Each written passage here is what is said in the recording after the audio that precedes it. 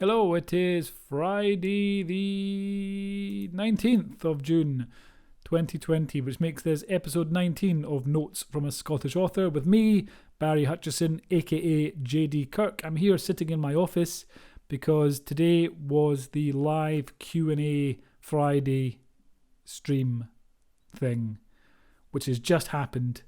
I'm just downloading the footage now. I'm recording this as a little intro just to warn you in case there's any weird technical hiccups in the live stream, like the audio goes funny or my face freezes or any of that stuff. Relax, don't worry.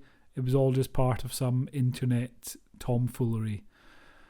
I hope you enjoy the Q&A. It's about 30 minutes thereabouts, and I will be back tomorrow with my weigh-in session. So strap in, buckle up, do all that stuff with belts and harnesses that you need to do, and enjoy the Q&A. Hello! Well, hang on, I'll get rid of the live broadcast starting soon bit, because that's not true, is it? It started now. There we go. Hello, how you all doing? Hopefully you can hear me. It is Friday, which means it is live Q&A time for Notes for a Scottish Author. Is that what it's called? I think that's what it's called. My YouTube podcast series thing. Lots of people logged on already. I see. Hello, everyone. Hello, especially to Penny Willow, who hardly ever makes it to live stream things because she lives in Australia where time is wrong and nothing makes sense. So I've got a few questions that I've had sent in. I'm going to answer those quickly, rattle through them, and then anyone who has other questions to ask, fire them away in the comments and I will try to answer them too. I'm not as badly bothered by hay fever now as I was earlier on today. I've been in a real mess today. My eyes felt like they were about to explode at points. Thankfully, they didn't, because that would have been awful. Okay, let's rattle on with the questions. John Forensic Man. I'm assuming that is not your real surname. If it is, excellent. John asks, how is an author paid? For example, do you get a percentage of the sale every time a book is sold? I know you are slightly different, certainly am, in that you produce your own books, but in general, how would it work? Well, author royalties is a very long conversation. Basically, what happens when a book is picked up, so let's say one of my HarperCollins books got picked up. So let's just say they decided they were going to pay me an advance of £5,000, picking a number out of thin air. So that £5,000, I get paid 1/3 of that when I sign the contract. I get paid 1/3 of that when I deliver the final draft manuscript. And I get paid 1/3 when the book is published. So what's that? £1,750 thereabouts 3 times. And that might be over the course of 2 years. So you're not going to get rich off one book unless you get a massive advance, and even then it's spread out over a long period of time. Now, that is an advance. That is not free cash. That money has to be paid back. You don't pay it back out of your own pocket.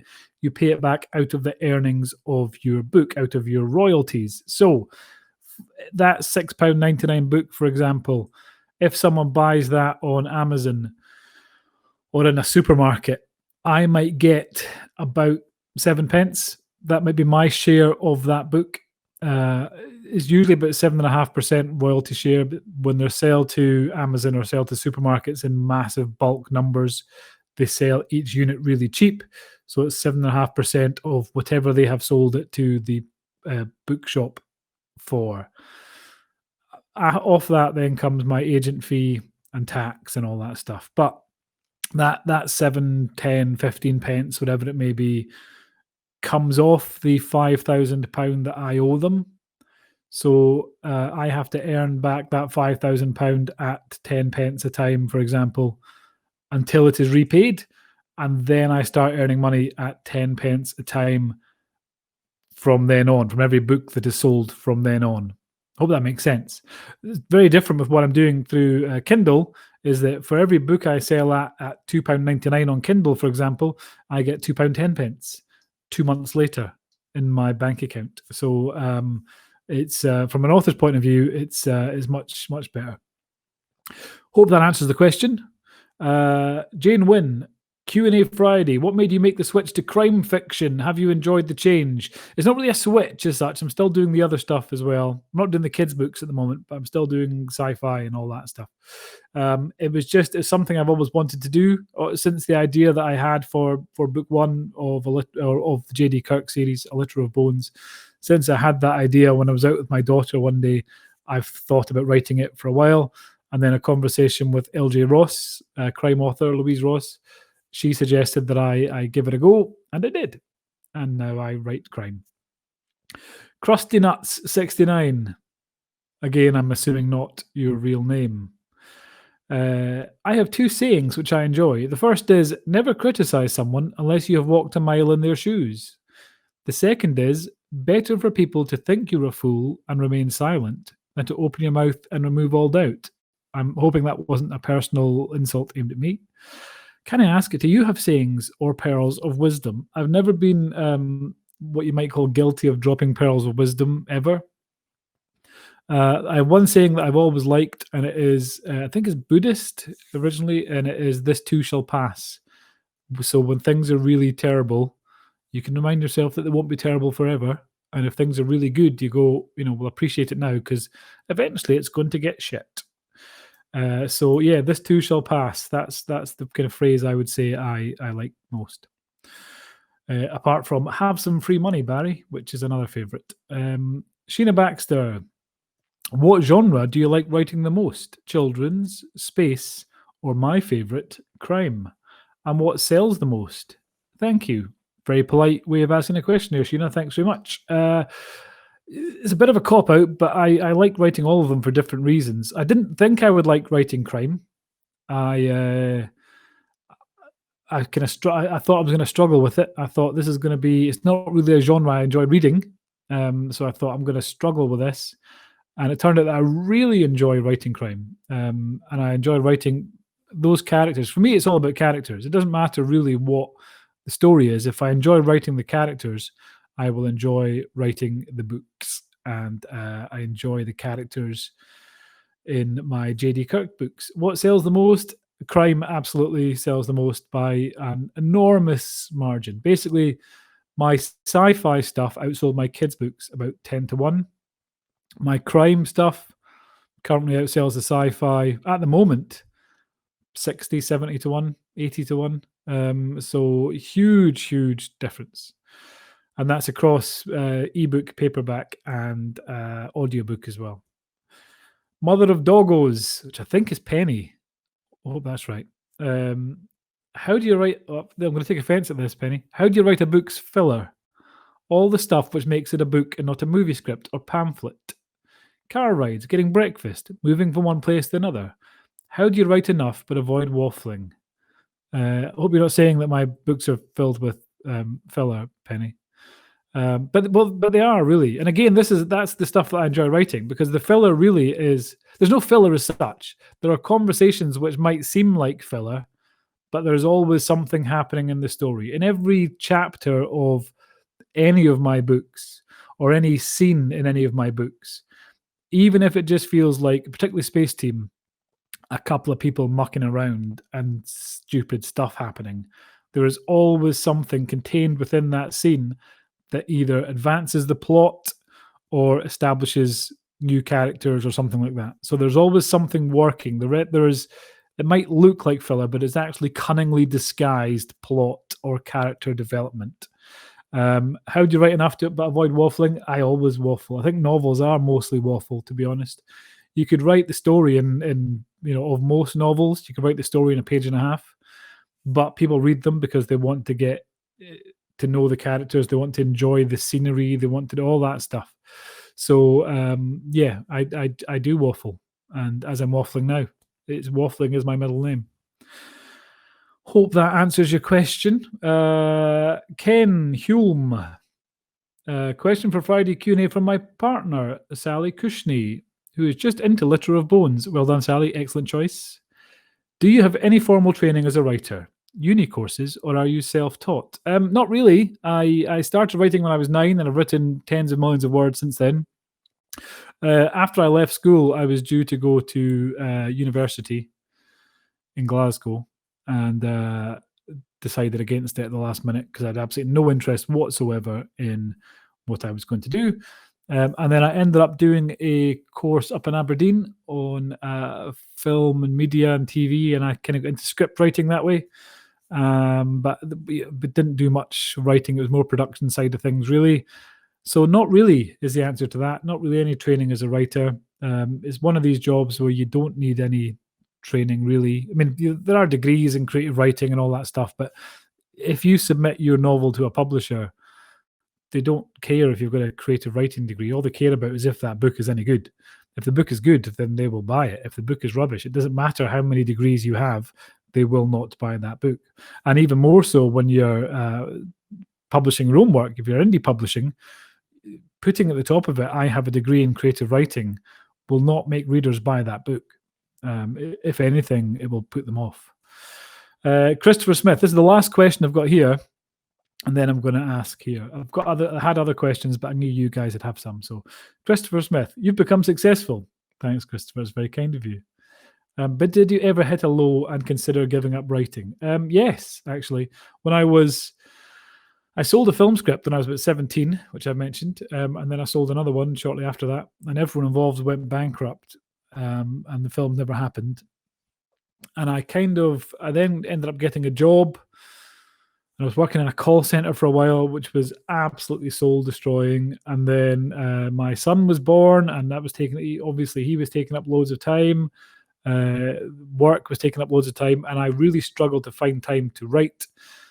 And I didn't feel creative at all. I was exhausted constantly as having a new baby and working all the time, constantly exhausted. And I didn't feel at all creative. And I stopped writing, not consciously. I didn't decide I've had enough of this, but I stopped writing for a few years, probably 3 or 4 years. And I could feel myself becoming kind of agitated and a bit miserable. And once I started writing again, everything was fine. So I think I have to write. There's this, I've described it before as having like multiple radios set up, tuned to different stations. So they're all playing different things and different voices coming out. And that's a bit like what it's like inside my head, is that I have all these ideas going ding, ding, ding, ding, ding, ding, ding. And if I don't write them down, they stay in there. So by writing them down, I can kind of exorcise them and get rid of them, and then they're gone. And then I immediately forget them. So every book I've written, I've forgotten almost exclusively. So there we go. That's the questions I have here. Who has questions over on the right here? Let me see. Ellen Peachy. Let me see, Ellen. As a mother, I like Tyler. Is he based on anyone you know? Nobody specific. No, I do like Tyler as well. I like Tyler's relationship with Logan and with the rest of the team. Logan and Ben, their relationship with Tyler, I really enjoy. Everyone kind of assumes they hate him, and they definitely don't. They just like to pretend they do.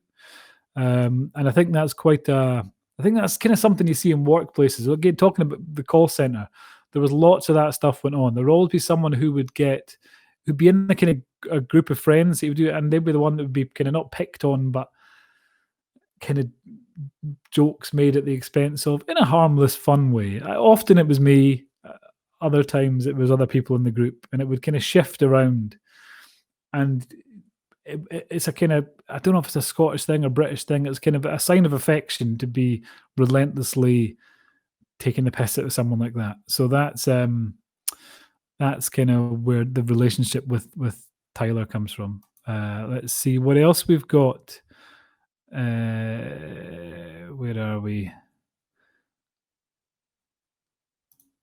Chris, do you fancy having a dabble in any other writing genres? M&B romance. Is M&B Mills and Boon, is it? God, I haven't thought about Mills and Boon in many, many years. I think my sister used to read Mills and Boon books way, way, way back. Do you fancy a dabble in any other writing genres? Yeah, I'm up for anything. Nothing I'm really planning to at the moment. I think I've got quite enough on my plate as it is. I'm doing more screenwriting for reasons that shall be explained at another time. So yeah, doing that, and but books, yeah, I'm really up for most things. Horror, I'd quite like to write proper horror stuff, but it always becomes funny. That's the problem. I always segue into making jokes of stuff. So I don't know how well a Mills and Boon comedy romance would go. A different Chris McClellan. Have you considered writing TV comedy? Yes, actually, I'm currently. It's all kind of ground to a halt because of coronavirus. But one of my scripts, a sitcom based on an old comedy horror movie I wrote years ago, is currently working its way through BBC Studios. I'm developing that with someone from BBC Studios. It is called the Glenlackert Star, and it is set in a small Highland village, and it's centered around the newspaper of this quirky, weird Highland village when strange things tend to happen. So, yeah, so that's currently in the early stages of development. Who knows what will happen? I also wrote an episode of Supermansion for Sony Crackle in the States, a streaming service, which is animated comedy, starring Bryan Cranston and Chris Pine and various other people. So that was good fun. Yeah, enjoyed that. Let's see who else. Oh, someone else asked, and I've lost it now. Someone asked, did I have, was this a 3D model of the currently untitled? And it is. It's a 3D model of the Space Team ship. And right now, I can't remember who did it for me. I must check back. I apologize if you made this for me for not immediately having your name to hand. But yes, this was made for me and sent to me, and I will find out who done it, and I will mention it in the video. So there was that, and I also got sent this soft toy of Mech from Space Team, also by someone whose name I have temporarily forgotten. I forget the characters in my own books.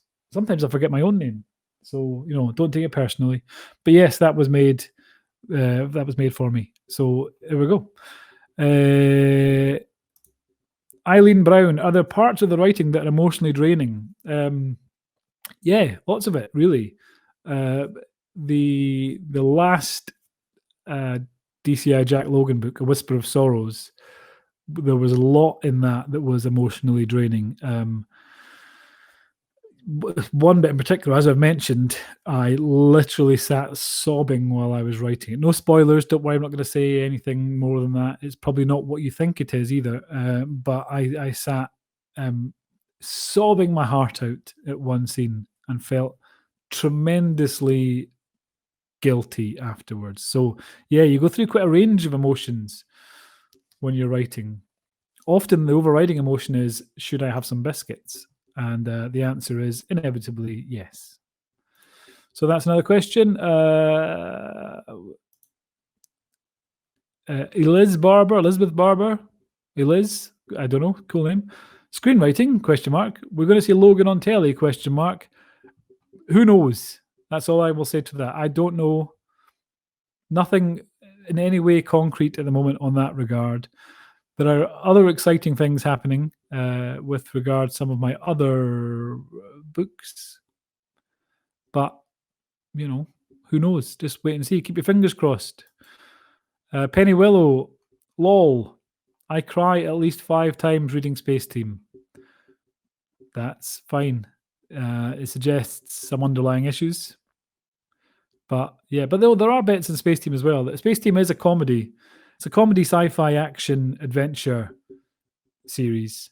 It's basically a sitcom in space. So that's how I kind of viewed it. But quite quickly there was stuff. I think the second book you find out the main characters, not a big spoiler, it's right in chapter 1.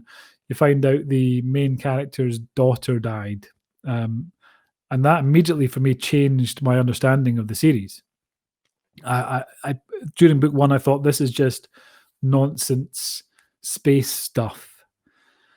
And then that at the start of book 2 kind of made me realize that it was hopefully going to be more than that. And there have been bits in that I've written and I have had tears in my eyes. So there's fair enough. Well done, Penny. You should cry. It shows you're human. Good. It's healthy. Susie Lewis, if we send you biscuits, will you write us a new Space Team book? I'm not eating biscuits, but I am, writing stuff. That's all I will say. But I'm not eating biscuits now. I'm ultra healthy. Been running and all that stuff, as I know you have, Susie. So well done. I haven't been running as far as you yet, or probably ever. But well done. What's this? Dwayne Bunch. Now, when we say biscuits here, we mean cookies, right? No, cookies are a very specific type of biscuit, Dwayne. I will eat any biscuit that's going. Hobnobs, I love that. Can't think of any other biscuits offhand. Bourbons, not the alcoholic thing. Chocolatey biscuit with cream in it. Chocolatey cream. Oreos, they're a type of cookie, I would argue. I'll have them too. So there, yeah, that's what I mean. Biscuits. What creative writing groups / courses in the Highlands would you recommend for budding amateur screenplay writers? Asked Chris McClellan. I have no idea. I'm not aware of any. High Arts. Is it called High Arts? No. Expo North, it's called now. Expo North, which is a thing that's going on at the moment. They do loads of creative writing stuff. In fact, it's coming up really soon. It might be on any day now. They're doing some live streams of people talking about writing and all that stuff. And they usually have a good list of what's going on in terms of classes and all that stuff. What's Chris Pickin asking? Do you know how expensive they are in the UK? £3. I don't know what you're talking about, Chris. I'm assuming I've missed something. So I don't know how to answer that question. I apologize.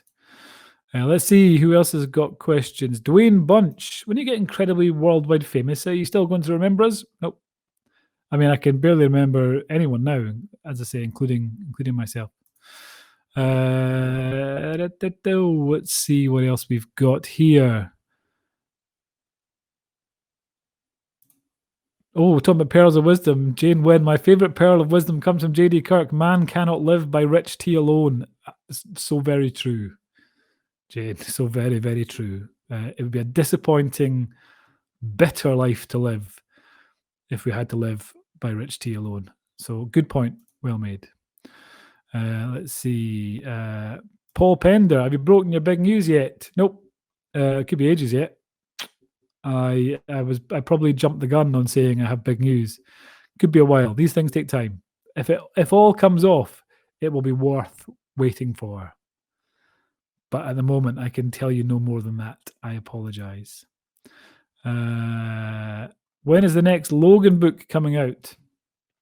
If you haven't seen it, the next Logan book, the cover and title have been revealed. In fact, I've got it here. Bobo, that's the next one. The Big Man Upstairs, and will be coming out in August. August, yes. What month is this? June, yeah, August. So it'll be coming out kind of mid-August. And yeah, so that's what it's called. That's what the cover's going to look like. And yeah, August. So there you go. Okay, let's see what other questions we've got. I'm just seeing weird things. I mean, oops, where'd it go? Aura Penguin. Don't know what that's about. Susie, you can't suck a penguin through a Tim Tam. I mean, what's going on here? What is this stuff happening? Here we go. Eileen Brown. Are there any other Scottish authors you've been on a panel with? I was on, let me think now. I've done quite a lot of panel stuff at festivals and things, but I don't think any of them were Scottish authors. I've done a panel with Alex Smith, who also writes crime. Paper Girls, the first book in his series, you read those. Been on a panel with him when we were talking about kids' books. And so that was quite good fun. Who else have I been in panels with? Yeah, I can't think of any other Scottish authors I've been in panels with. I have sat at a signing table next to Ian Banks. His queue was somewhat longer than mine, I should point out. But yeah, I did that. That was pretty cool. Ian Banks, if you don't know the story, I wanted to be an author since I was 9. And an English teacher when I was in high school told me not to be so ridiculous, that wasn't going to happen. And then in my second last year of high school, Ian Banks came in and did a talk. And we got a chance to go up and speak to him afterwards. And I mentioned that I had wanted to be an author, but this teacher had put me off. And Ian Banks swore very creatively and told me in no uncertain terms not to listen to him and to go for it. And I did. And then several years later, I got to sit next to Ian Banks at a panel and tell him that story. So that was good. Ian Banks, of course, sadly, no longer with us. So yeah, there we go. Let's see if we've got any other question from Chris McClellan. Do you collaborate with other writers? Not on books, really. I've done some short stories for short story collections.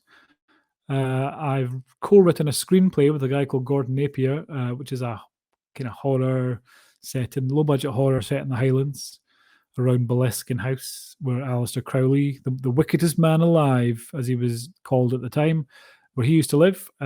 So we've written that, but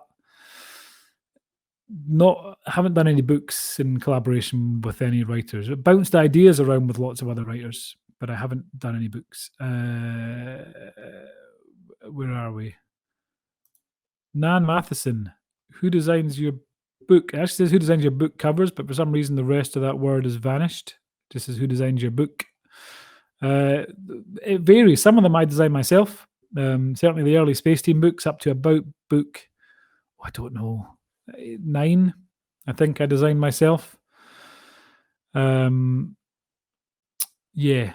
And then I had various other designers doing Dan Deadman books, and I've designed some of the J.D. Kirk books myself. Designed some of them, then passed them off to designer, and I come up with ideas sometimes, send them to a designer, they come back and do different things. So partly me, partly other people. Jane Wynn has asked, was Ian Banks the inspiration for Hoon? Do you know, I just thought of that actually when I was thinking about the creative swearing he used. Maybe subconsciously Ian Banks was the inspiration for Detective Superintendent Hoon. Incidentally, while I've got you here, now I don't know who's read book 6 and who hasn't. So don't reply in the comments anything that could in any way be conceived as any sort of spoiler.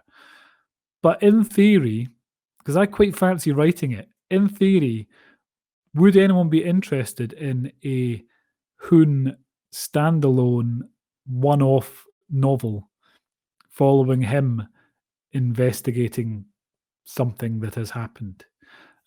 I think it could be really good fun to write. So let me know in the comments. And I have to answer this question. Ellen Peachy, did you ever see that teacher again? There are some times in life that you think the universe is handing something to you. The universe is everything, the stars have come into alignment and something perfect happens. And that is what happened with that teacher. I hadn't seen him in about 15 years, I don't think. And I met him one day, and where I met him was at the Edinburgh International Book Festival. He walked in with his wife. I was standing outside the tent where I was due to be speaking. If you haven't been to the Edinburgh International Book Festival, there's all these big marquees with kind of raked seating inside. And I was due to be talking kind of 10 minutes later in one of these, and the audience had all gone in and all that stuff. And I saw him coming, and I kind of shrugged off my Edinburgh Book Festival minders and made a beeline for him. And I said, "Oh, hello, how you doing?" And he said, "Oh, hello. What are you doing here?" And I said, "I'm here to talk about my book series with HarperCollins." And his face fell, and he went, "Oh, right. Oh, well, we might come and see you." And I said, "You can't. It's sold out." And I turned around and walked away. It wasn't sold out. It wasn't even remotely close to being sold out, but I couldn't resist the opportunity to tell him that it had. So, yeah, it was one of those rare moments where the universe gives you something absolutely perfect. Yes to a Hoon standalone, people are saying. Excellent. Yes, defo. A Hoon book would be great. Do it. Excellent. That's good to know. Yeah. Maybe early years Hoon. Susie suggests. Actually, Hoon comes from. I did the first thing I ever tried writing. Or no, that's not true. The first thing I ever tried publishing, indie publishing, was a little kind of mini series, which I've now collected into a standalone book, and it was called The Bug, and it was about this kind of these alien bugs that burrow into people's flesh and make them do terrible things. And Hoon is one of the main characters in that. He's D.I. Hoon at that point. He's in Glasgow, and he's one of the main characters in that. And no one's ever read it really. Maybe like literally a handful of people have read that book. And I enjoyed the character so much that I decided I was bringing him back for the DCI Logan stuff. So yeah, there we go. Oh, hang on a minute. Phone's ringing. Shut up.